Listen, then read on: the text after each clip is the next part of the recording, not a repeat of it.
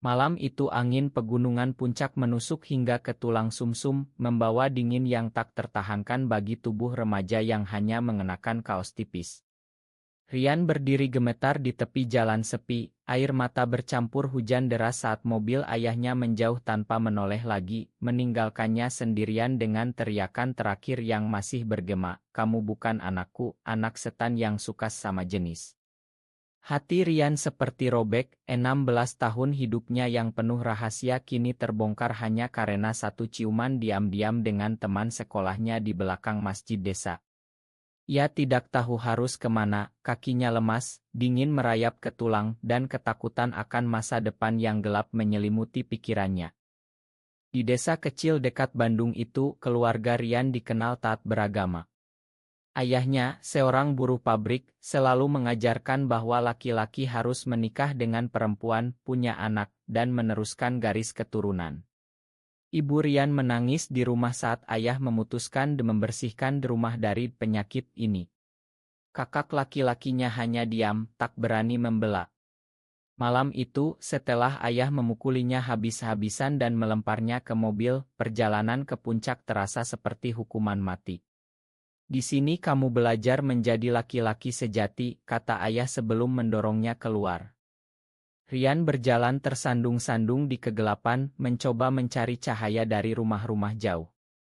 Ia ingat doa-doa yang diajarkan ibunya, tapi sekarang setiap ayat terasa hampa. "Kenapa Tuhan ciptakan aku seperti ini?" gumamnya sambil menangis.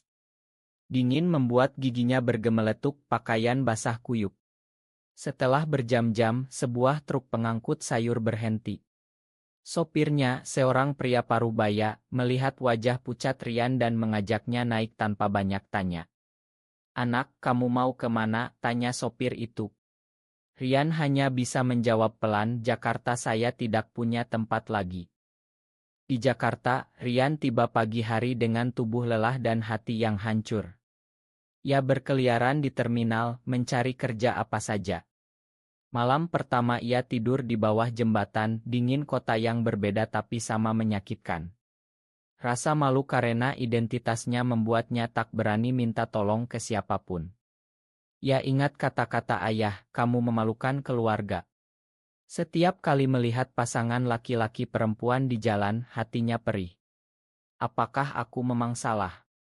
Hari ketiga, saat sedang mengais-ngais makanan di pasar, seorang pria berusia 50-an mendekatinya. "Kamu kelihatan butuh tempat tinggal, Nak," kata pria itu dengan suara lembut. Namanya Pak Budi, pemilik rumah sederhana di pinggiran Jakarta yang diam-diam menampung anak-anak muda yang diusir keluarga karena alasan serupa. Pak Budi sendiri pernah mengalami hal yang sama 20 tahun lalu. "Di sini kamu aman, tapi kamu harus belajar berdiri sendiri," katanya sambil memberi Rian pakaian kering dan makanan hangat. Malam itu di kamar kecil, Rian menangis terseduh. Ia menceritakan semuanya kepada Pak Budi. "Saya takut, Pak. Saya takut kalau ini dosa besar." Pak Budi mendengar dengan sabar, lalu berkata, "Anak, Tuhan mencintai kita apa adanya. Yang penting kamu baik hati dan tidak menyakiti orang lain." Kata-kata itu seperti cahaya kecil di kegelapan. Rian mulai bekerja sebagai pembantu di warung makan dekat rumah Pak Budi, belajar mengendalikan emosinya. Tapi setiap malam, bayangan ayah dan desa masih menghantuinya. Ia bertanya-tanya, apakah ia akan selamanya sendirian. 1 bulan berlalu, Rian mulai merasa ada harapan kecil. Ia bertemu dengan seorang pemuda sesianya bernama Dika yang juga tinggal di shelter Pak Budi. Dika ramah, suka bercerita tentang mimpi menjadi guru. Mereka sering ngobrol malam-malam, dan untuk pertama kali Rian merasa ada yang mengerti dirinya. Tapi saat Dika menyentuh tangannya pelan, Rian menarik diri ketakutan. "Saya tidak mau seperti ini lagi," katanya dalam hati. Konflik batin semakin kuat. Apakah ia harus sembunyikan diri selamanya? Rian mulai bekerja lebih keras, dari pagi hingga malam di warung dan kadang membantu membersihkan rumah tangga. Uang yang dikumpulkan ia simpan untuk biaya sekolah malam. Pak Budi mendukung penuh, bahkan mengajarinya cara mengelola emosi. Kamu tidak sendirian, nak. Banyak yang seperti kita di kota ini, kata Pak Budi suatu sore saat mereka duduk di teras. Rian mulai membuka diri, menceritakan masa kecilnya yang penuh tekanan agama dan harapan keluarga. Dika semakin dekat. Mereka berdua sering jalan-jalan di taman kota, berbagi cerita tentang keluarga yang menolak. Suatu malam, di bawah pohon mangga, Dika mengaku, saya juga pernah diusir, tapi saya pilih hidup jujur. Rian merasa hangat, tapi ketakutan lama muncul lagi. Bagaimana kalau orang tahu, tanyanya. Konflik internal Rian semakin dalam, ia merasa bersalah karena merasakan perasaan yang sama dengan Dika. Di Indonesia yang konservatif, cinta sesama jenis sering dianggap tabu, apalagi di lingkungan Muslim. Suatu hari, berita dari desa datang melalui teman lama. Ibu Rian sakit keras, tapi ayah melarang Rian pulang. Dia bilang kamu sudah mati baginya, kata teman itu di telepon. Rian hancur. Malam itu ia menangis di pelukan Pak Budi. Kenapa mereka tidak bisa menerima saya? Pak Budi menjawab, kadang keluarga butuh waktu, tapi kamu harus kuat dulu. Rian memutuskan mendatar sekolah malam dan belajar bisnis online.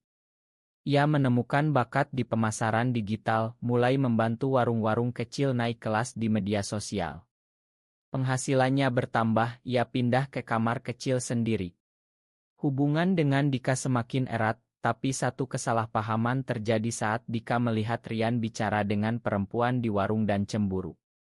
Kamu malu dengan saya ya? Tanya Dika marah. Rian tidak bisa jelaskan, rasa takut publik masih kuat. Mereka bertengkar, Dika pergi sementara. Rian merasa kehilangan lagi, seperti diusir ayah dulu. Tapi pengalaman itu membuat Rian sadar, ia harus belajar percaya diri. Ia mulai bergabung dengan komunitas dukungan rahasia online, belajar bahwa banyak pria gay di Indonesia yang hidup bahagia meski diam-diam. Pak Budi memperkenalkannya dengan mentor bisnis yang membantu Rian membangun usaha kecil jualan baju online. Tahun pertama berlalu, Rian berubah dari anak terbuang menjadi pemuda yang mandiri. Tapi di dalam hati, luka lama masih menganga. Ia bertanya-tanya kapan ia bisa pulang tanpa takut. 2 tahun kemudian, usaha Rian berkembang pesat. Ia punya tim kecil, kantor sewaan di pinggiran. Dika kembali setelah memakan, mereka membangun hubungan pelan-pelan, penuh pengertian. Rian belajar menerima dirinya, meski masih sembunyi dari keluarga. Suatu hari, ia dapat kabar kakaknya bangkrut karena hutang judi. Ibu semakin sakit. Rian ragu, tapi Pak Budi bilang, mungkin saatnya kamu hadapi. Rian pergi diam-diam ke desa, melihat dari jauh rumah lama. Ayahnya tampak tua, ibunya lemah. Rian tidak berani mendekat. Kembali ke Jakarta, ia putuskan bangun perusahaan lebih besar. Dengan kerja keras dan jaringan dari komunitas, usahanya meledak di bidang e-commerce lokal. Pada usia 25 tahun, Rian sudah punya kantor di pusat Jakarta, karyawan puluhan orang. Tapi kesuksesan datang dengan harga. Dika ingin hubungan lebih terbuka, tapi Rian masih takut citra bisnis rusak. Satu proyek besar membuatnya bertemu investor yang ternyata kenal ayahnya.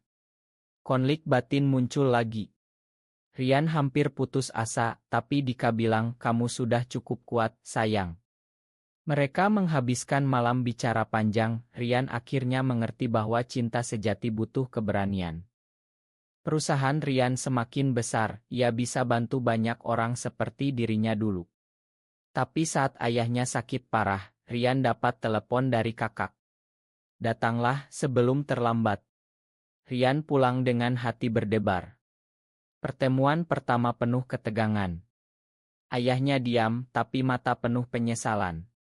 Rian cerita perjalanannya, tanpa marah. Saya tetap anakmu, Pak. Air mata ibu mengalir. Tapi ayah masih keras, kamu tetap salah. Rian pergi dengan hati perih, tapi kini ia punya kekuatan. Ia putuskan beli tanah di desa, bangun usaha yang beri kerja bagi warga, termasuk keluarganya. Konflik dengan Dika muncul lagi saat Dika ingin menikah secara simbolis, tapi Rian khawatir. Pengkhianatan kecil dari rekan bisnis yang tahu rahasianya hampir hancurkan semuanya. Rian belajar makan tapi juga tegas. Sukses Rian mencapai puncak saat perusahaan listing di bursa kecil. Ia kini punya kuasa finansial besar. Keluarga yang dulu usirnya kini datang minta bantuan karena hutang besar. Rian hadapi mereka di rumah lama, dengan suara tenang, "Saya bisa bantu, tapi kalian harus terima saya apa adanya." Ayah menangis untuk pertama kali, mengakui kesalahan. Proses rekonsiliasi penuh air mata, pengertian pelan tumbuh. Dika di sisi Rian beri dukungan. Rian sadar, perjalanan ini bukan hanya tentang balas dendam, tapi penyembuhan. Bertahun kemudian, Rian berdiri di balkon apartemen mewah, memeluk Dika erat di bawah senja Jakarta. Keluarganya kini terima, bisnisnya bantu ratusan anak muda seperti dirinya. Ia telah tumbuh dari anak terbuang menjadi pria yang tentukan nasib sendiri dan orang lain. Tapi di hati ia tahu perjuangan belum selesai di masyarakat luas. Benarkah bahwa pengampunan dari keluarga hanya mungkin setelah kita membuktikan kesuksesan materi, atau seharusnya cinta dan penerimaan datang tanpa syarat?